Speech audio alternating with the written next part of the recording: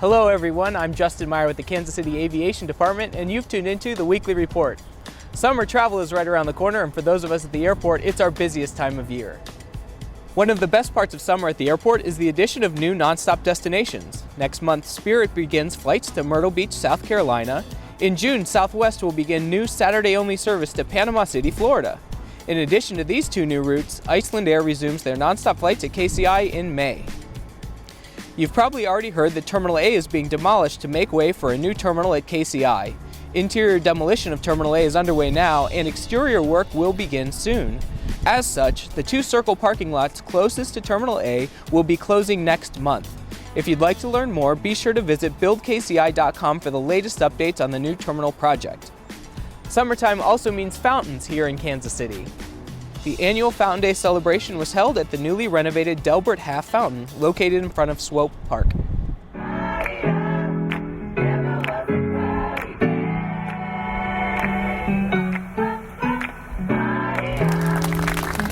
I want to thank you all for being here and taking time to celebrate what makes Kansas City so special. I am really excited about what we have here. I'm excited to see the fountain go live again, that it's functioning and it's safe for our kids. I want to thank you all very much for having us be a part of something that's beautiful. It's a beautiful day, and we have a beautiful fountain. This took 4 years of fundraising and planning to make this day happen and availing possible. Today we have the finest parks and boulevard system in the country. We actually have two great-granddaughters of Delbert Half here today. He believed in the city, and he believed that everybody in the future should experience beauty, something that has changed me and made me a better person. We are so honored and grateful to be part of this. Thank you. 2, 1, cross your fingers.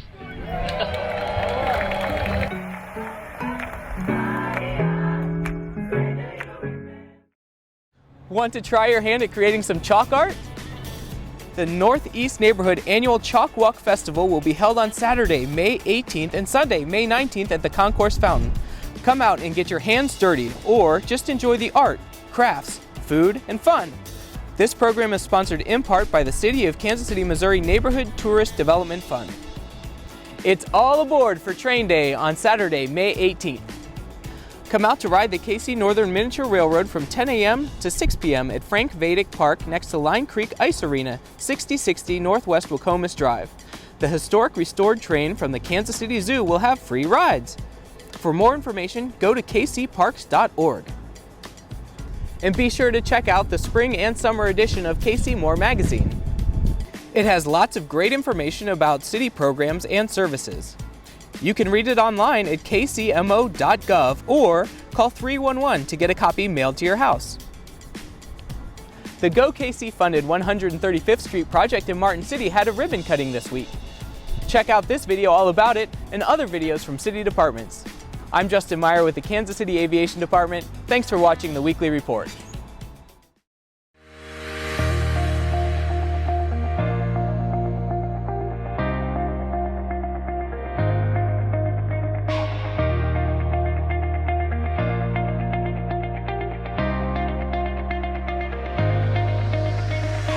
We're really excited about 135th Street. Not just about building a new road, new sidewalks, stopping flooding, providing people a way to walk to support local businesses. They're really uniting a community. It's going to have a tremendous effect in Martin City. It already is. And attracting new private investment, new jobs, and really creating a great sense of community. This is one of our early GEO bond projects that was passed, and we're lucky to have one of the first early completions as well on those projects. So thank you as the citizens that are willing to move these projects forward and give us the opportunity to build these projects. 2, 1, Martin City!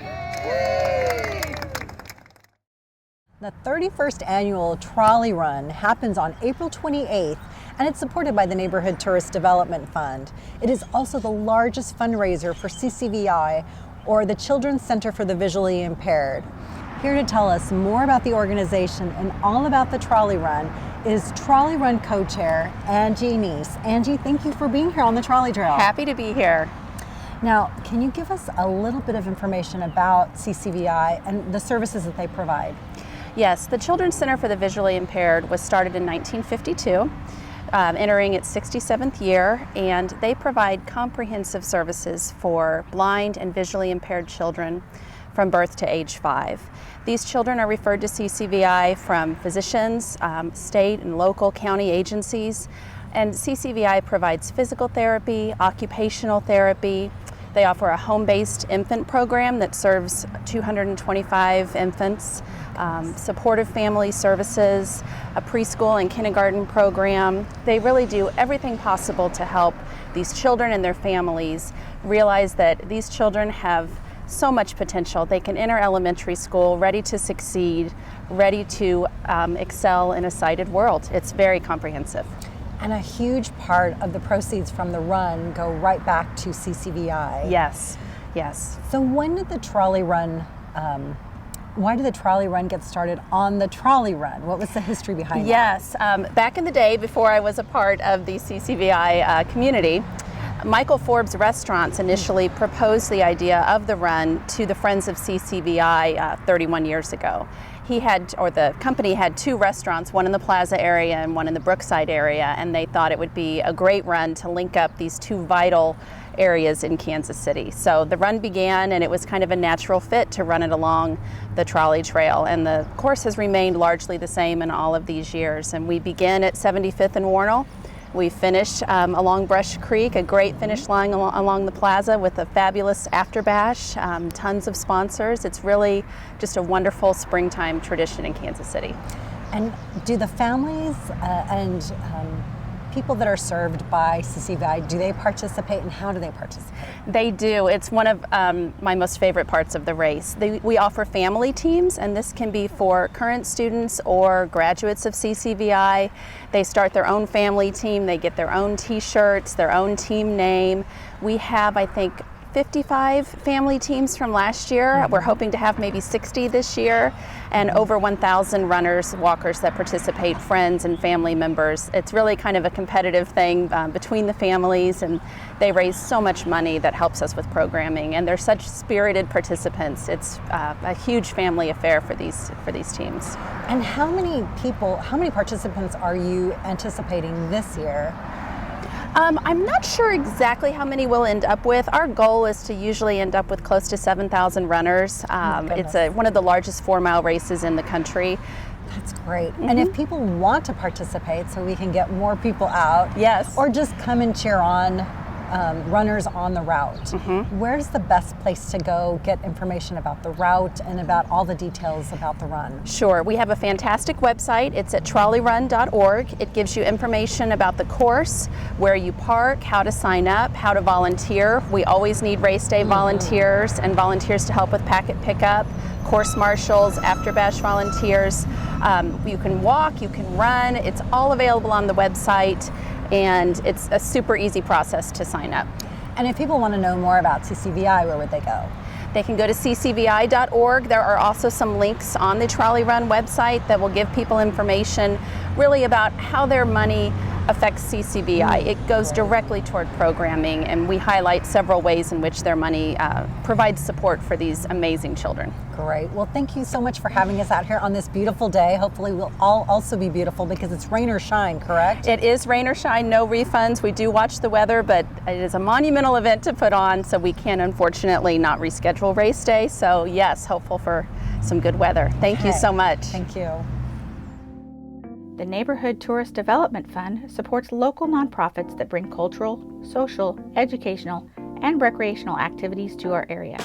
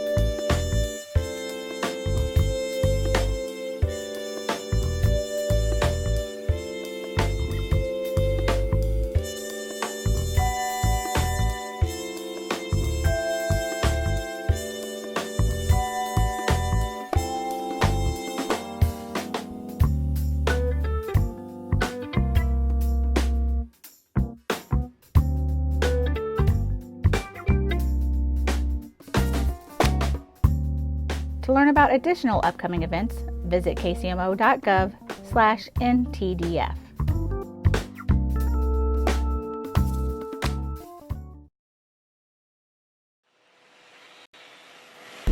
Anytime an individual is in a situation where they find that they're going to need to have their vehicle towed, if an individual is unable to get their own tow truck, the Kansas City, Missouri tow lot will dispatch a truck for the individual that's on the scene. And they're going to send them a licensed, a bonded, and insured tow truck that's got a driver that's passed a background check, that's got a set rate for the tow that's going to occur. Basically, the owner of that vehicle, once the tow truck arrives, has two options. They can have the vehicle towed to the city tow lot, or they can have the vehicle towed to a location of their choice. And that can be to a dealership, it can be to a garage, it can be back to the tow truck driver's lot. It doesn't really make a difference. It's really the discretion of the owner. So the beautiful thing about the situation is we'll get you a tow truck, they're licensed, they're bonded, they're insured, and you can bring it wherever you want it to go. And it's the same rate regardless of where your vehicle is going to be towed. And we do that to protect the interests of the owner. When you're in an accident, there's all kinds of things that are going on with respect to debris and insurance companies, and there's a million different things that people are thinking about. The only thing they need to think about is my vehicle can go to a location that I'm going to choose, my vehicle is going to be safe, it's going to be secured, and I can put all the pieces back together and I can deal with this tomorrow. People need to understand, anytime you're in an accident, if the police department's on the scene, the police department's going to guide you down a path. You tell them, hey, I don't have a tow truck, I want a city contractor out here, and that's going to guarantee that the rates are the same, you're going to be taken care of. The thing that people seem to struggle with and get into trouble with is when they just let a random tow truck show up, and a random tow truck company says, hey, I'll take care of you, and the last thing that they're worried about is taking care of that owner. You should never let a tow truck come up to the scene and solicit business from you as an individual driver at any time. That's against state law, it's against city ordinance. Those laws are in place to protect individuals from these rogue tow truck companies from taking advantage of people. All of the trucks that do business that are in our fleet of trucks and all the business there, they're all marked with a clear city sticker that shows that they're a city vendor. You can talk to them and say, hey, will you tow my truck? Will you tow it for the city rate? And you can negotiate that stuff on your own. But always look for that specific city sticker in the truck if you're going to do something on your own. Funds are being raised to create a place in Kansas City, Missouri to remember those who lost their lives in service to others. The Regional Law Enforcement Memorial Garden will honor lives lost in Clay, Platte, Jackson, and Cass counties, as well as state, federal, railroad, and conservation officers. Kansas City Councilwoman Heather Hall is one of the people leading the effort. Kansas City has amazing officers who sacrifice every day in the line of duty to protect the citizens of our community. And one thing that Kansas City didn't have was a fountain or a memorial to honor lost lives in line of duty. We have 125 fountains in Kansas City, not one dedicated to law enforcement, and we decided that needed to change. The Memorial Garden will sit on 3.5 acres of land with walking trails and benches. It will be constructed behind the Kansas City Regional Police Academy and the Shoal Creek Patrol Station. There will be stone monuments with fallen officers' names engraved on them and a technological feature to tell the stories of all the officers killed in the line of duty.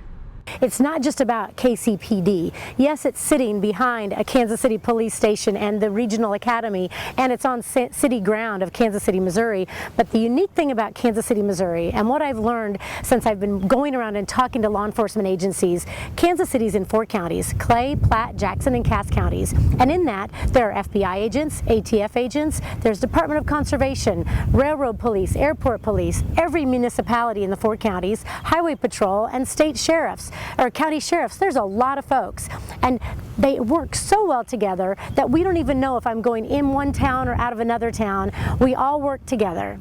There is currently a statute outside KCPD headquarters honoring the 119 Kansas City police officers who made the ultimate sacrifice, and it will remain there. But this memorial is unique in that it will pay tribute to officers all over the Kansas City metropolitan region. The Law Enforcement Memorial Garden will be a place for those who grieve, honor loved ones, and for the community, a place to reflect on the life lived by the officer. While you're walking in, you'll see all these pavers with names on it, and these names are people who have served in the line of duty, not people who've lost their lives, but people who've served that we're honoring and remembering for the things they've done. And as you walk through this path, you'll come into an area where there'll be a big wall, and on this wall you'll see the names of the lost lives. And the really neat thing about it is we have some great technology. We have where you can open your smartphone and you'll be able to pull up the website, which is kclemg.org, and you'll get to pull up the different names, and it'll say the person's name, and of course it'll give the data about how they lost their life in the line of duty, but it'll also talk about how they lived, who they were they a great dad who sang in the church choir, played Little League, or what did they do? How did she spend her time or he spend his time that made them the whole person they are? Because while they are a police officer, they're so much more than that, and we want to tell that story. So then you'll continue on past the wall into this garden area, and you'll walk through this really nice path. There'll be benches and trees that have memorial plaques on them. They'll be very special. And then there's a water feature down at the bottom, which way you'll be able to connect and just reflect and be there. The fundraising campaign is halfway towards its $3 million goal, and you can help. So there's a lot of ways people can help, no matter what you can do. If you can spend $10 on a t-shirt, or you can spend $10,000 on a bench that'll be in here, we want you to be part of it. So you can say, I helped construct this. The city has contributed $600,000 to the project. Private donations will make up the rest. I'm Sergeant Matt Fisher. Have a safe week.